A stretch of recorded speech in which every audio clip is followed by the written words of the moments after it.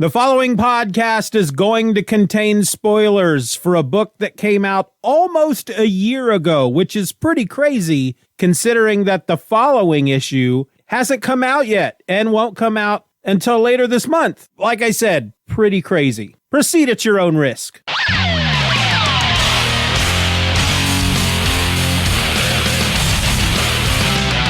Hello and welcome to another episode of Just Another Fanboy. I'm your host. My name is Steven, and today I want to talk about a character you may have heard of. His name is Spider-Man. You ever hear about this Spider-Man guy? He was a fella that one day got bit in the arm, or actually was kind of the hand. It was more the hand area, somewhere between the thumb and the forefinger, bitten by a spider that had just passed between some radioactive material, and it turned him into a Spider-Man. It gave him superpowers. He became strong. He had the proportionate strength of a spider, whatever that means. He can lift a car. He can do that. That's pretty cool. He can cling to walls, and he has a spider sense that warns him of danger. He's also very fast. He's very agile. But this particular Spider-Man stars in his own series written by J.J. Abrams and his son, Henry Abrams. You see, way back in September of 2019, this book came out, Spider-Man #1, written by Henry Abrams with his pops, J.J. Abrams, with art by Sara Pichelli. And I read it, and I enjoyed it quite a bit, so much so that I did an episode about it way back in September of 2019. Then, in October of 2019, issue #2 came out. I got it, I read it, I liked it, I talked about it, I did an episode. And then in December of 2019, issue #3 came out. I got it, I read it, and then I don't know what happened after that because I never did an episode. And then I just completely forgot that the series even existed until I found out that issue #4 is coming out this month.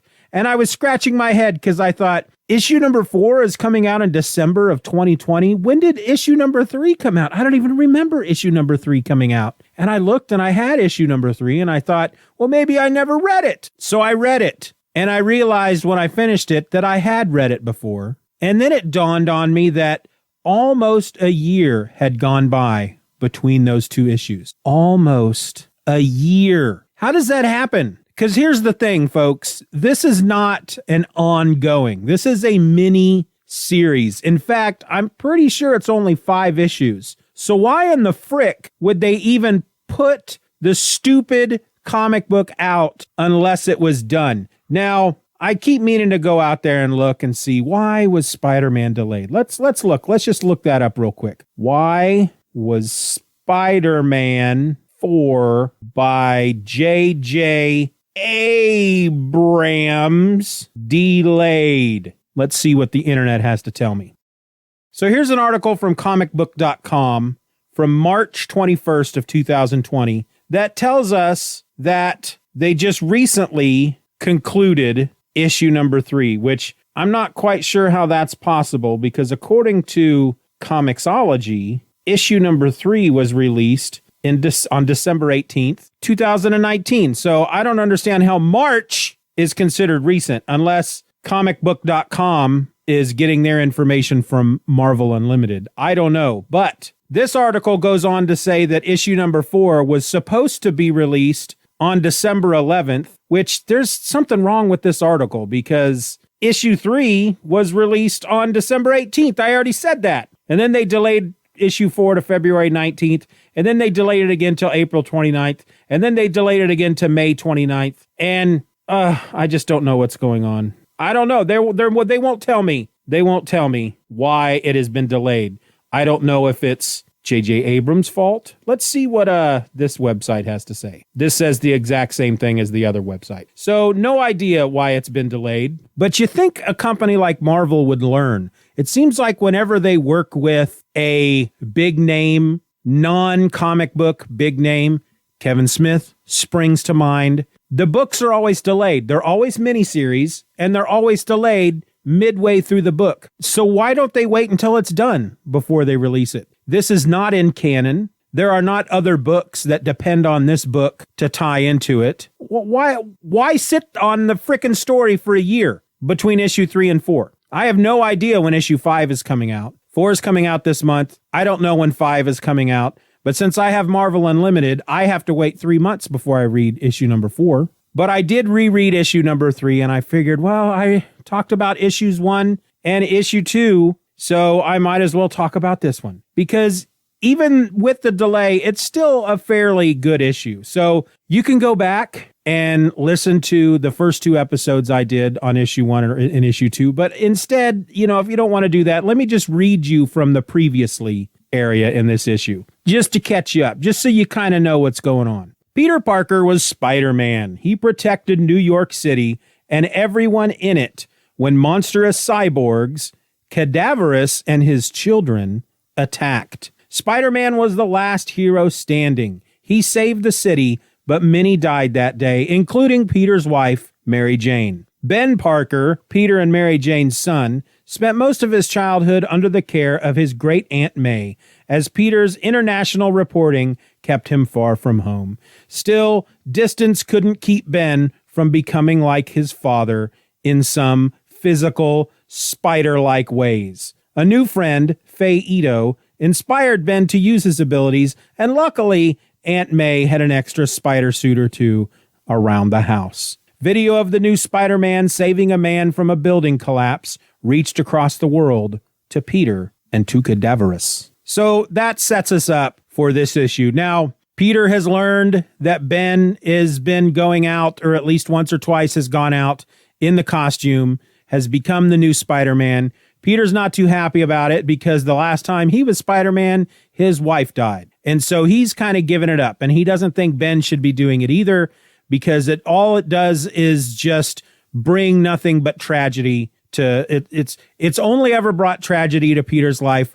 Uncle Ben died because he was Spider-Man. Gwen Stacy died because he was Spider-Man, and Mary Jane died because he was Spider-Man. So he doesn't want Ben doing it. Ben, on the other hand, is not a big fan of his father. Peter's never around. So Ben, like any, I guess, teenager who doesn't like their parents for whatever reason, just basically tells Peter to sit on it, Potsy, But as they're arguing about it, the house explodes. Cadaverous is there. He has these big freaking fork hands or something, like these freaking swords for fingers. And he sticks Peter right through the chest. Shloomp. Just right through his chest, and lifts him up off the ground. And right away, I'm like, oh, well, now Peter's dead. Peter Parker is dead. And now Ben has to deal with that. And then Ben passes out. He wakes up on the lawn. Faye is there, his new friend. And he tells her that Cadaverous was there and that he killed his father. But she explains to him that Peter is not there. His dad is not there. So Cadaverous took him away. She also explains to Ben that his dad was Spider-Man. He's got superpowers. He probably doesn't die all that easily. And the fact that Cadaverous took him means that he needs his dad for something. So there's a good chance that his dad is still alive. And they need to do something to help him and get him back. And so they go to the one person that they think that can help, and that's Tony Stark. So they go to Stark International. They can't get in to see Tony Stark, but the new CEO, or the whoever is in charge, whatever they call the person in charge of the company, turns out to be Riri Williams, who is Ironheart. She takes them to go see Tony in some secret lab type area. And we find out that Tony, of course, has gotten old.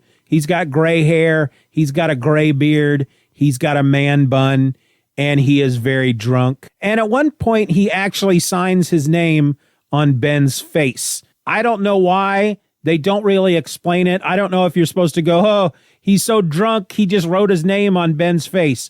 I'm assuming maybe that for a moment he thought that Ben was a fan, and so he signed his face as if, he was giving him an autograph. I don't know. It was kind of weird, but eventually Tony kind of understands what's going on. The haze of alcohol lifts, and he explains that Cadaverous and all his children, because they're they're cyborgs, like the little intro said. They are made out of Stark tech. And we learned that there were a couple of people working for Stark International when Tony was still quite young.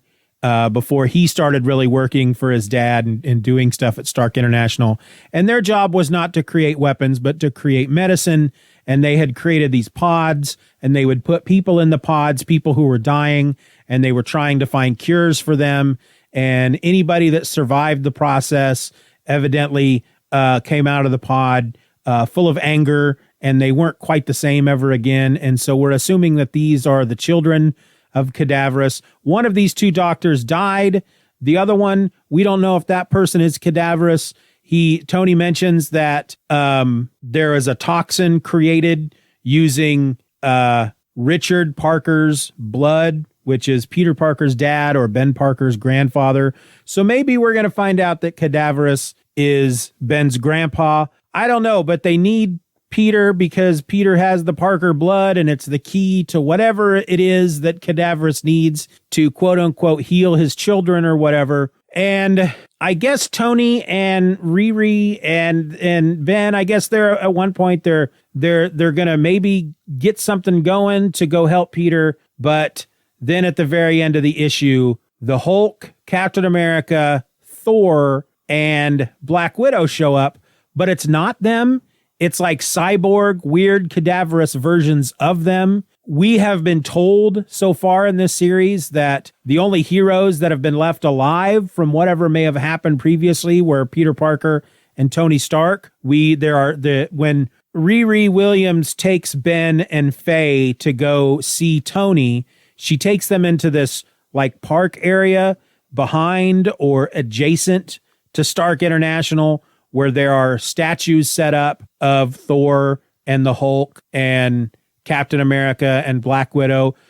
They were like erected in memoriam or something, like they're there to immortalize for people to remember. So we're assuming that they're all dead. So seeing these guys show up that are all cyborgy and looking cadaverous and whatnot, we have to assume that they did die, or at least they died enough that Cadaverous is using their bodies or to create these freaking cyborg super soldiers or something.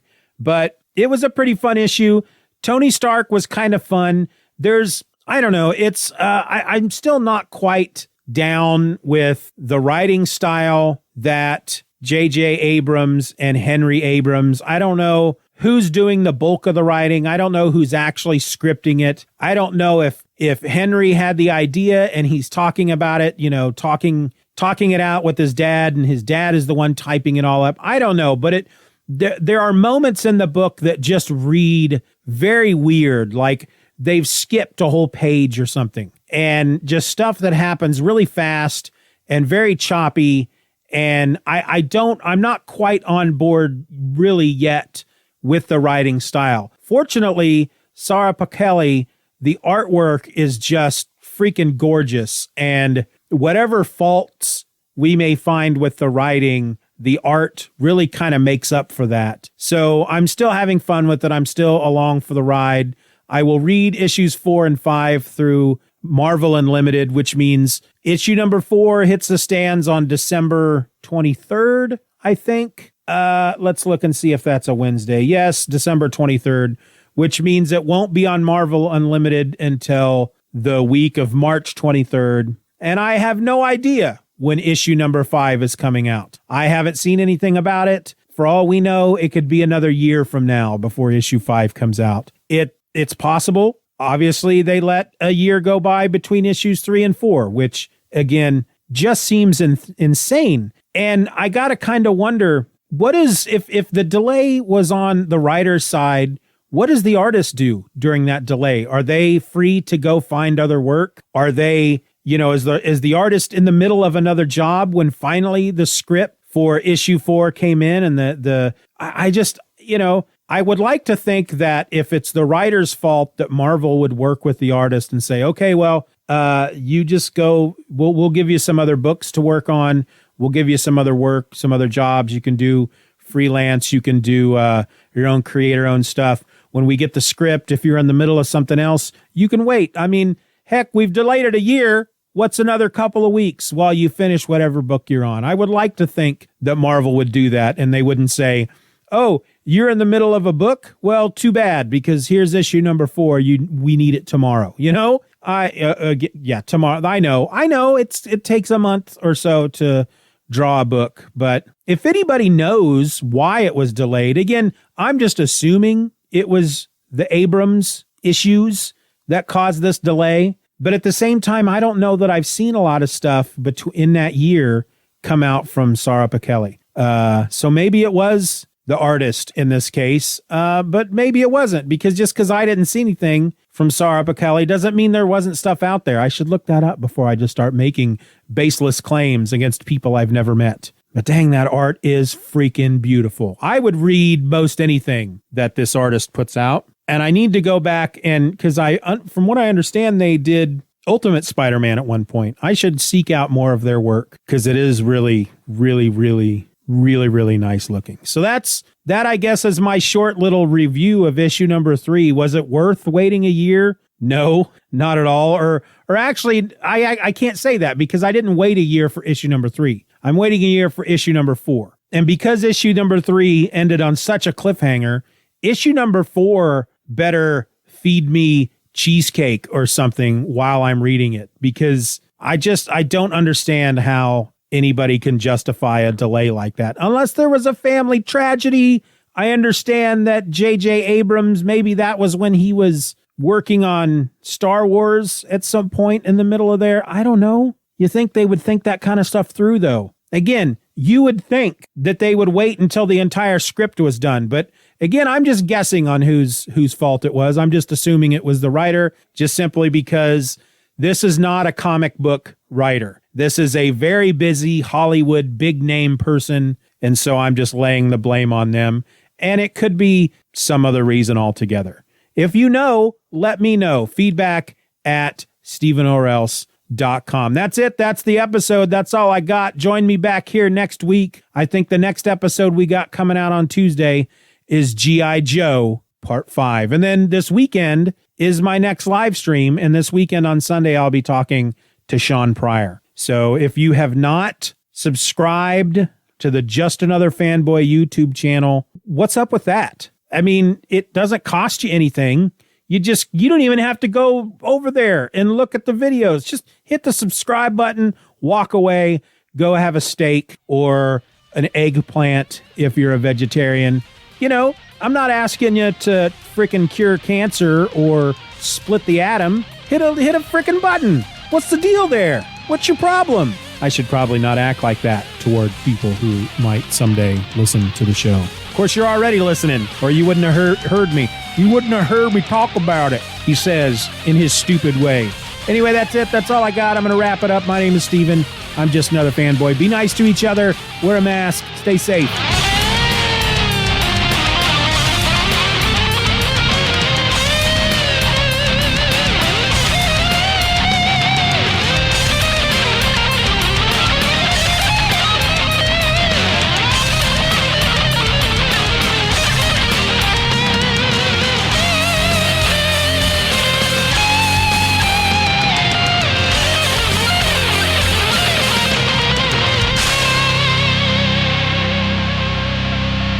Bye-bye, Daddy.